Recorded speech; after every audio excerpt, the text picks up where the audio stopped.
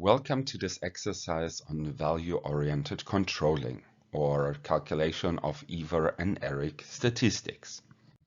Here we have some information on our company.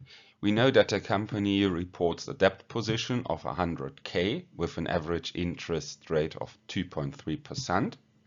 And we also know that the equity position is at 320K and an interest rate without risk lies at 0.9%, while the company faces an additional risk premium of 8.4%.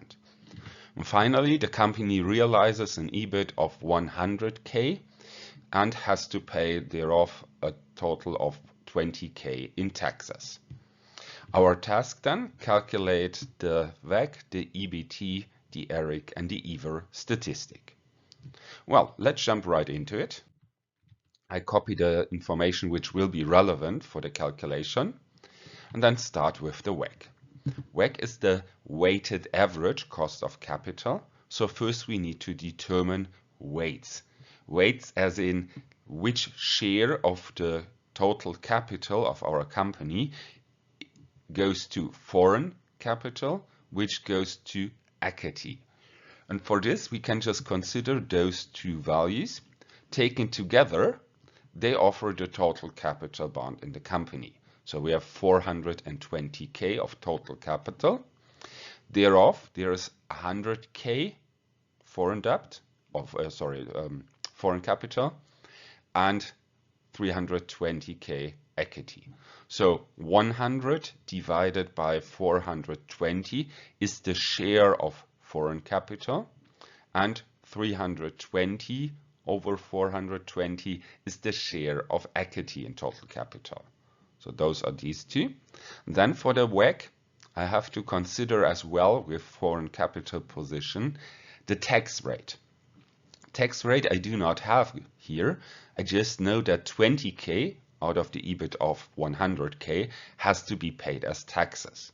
Well, then I can just divide 20 by 100, giving me a tax rate of 0.2 or 20%. So here I have 1 minus the tax rate, so 1 minus 0.2. Then I multiply these two parts with the respective costs. So here's the cost of foreign capital and the cost of equity.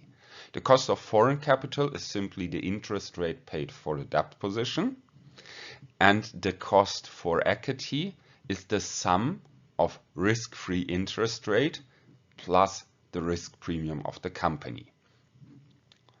So this gives this value here, resulting in an average capital cost of 7.52%. Now the next three statistics I could in part use the WACC in as well. It will be a bit more problematic with taxes being in the game. So I'm not using the WACC in the next calculations. I'm just doing the calculations step by step to also illustrate the distinct differences between EBT, ERIC, and EVA. Well, let's start with EBT. With the EBT, I have first here my NOPAT. NOPAT is the difference between EBIT and taxes. So it's the 100K EBIT minus the 20K of taxes. That's then my NOPAT. And from the NOPAT, I'm going to subtract the costs of foreign capital. So here I'm multiplying the 100K debt times the costs for this. So this is more or less the interest payments I have to do, giving me the EBT as 77.7. For the ERIC, I start with exactly the same first part. I take the NOPAT, I subtract interest or cost of foreign capital, and then I include costs of equity as well. But here I'm just considering equity as an alternative, secure measure of investment. That's why here I price equity only with the risk-free interest rate. The difference to this is the EVA approach. Same thing in the beginning, but here I'm going to price my equity with risk-free and the risk premium.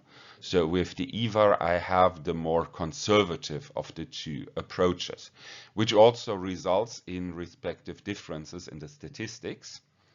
Whereas ERIC is the middle value compared of those three, so it considers equity costs as well, but not as strongly as EVA. So that's the reason why EVA, compared with those other two statistics, will always yield the smallest of the two values, and EBT, which does not consider costs of equity in any way, will always provide the largest of the three values.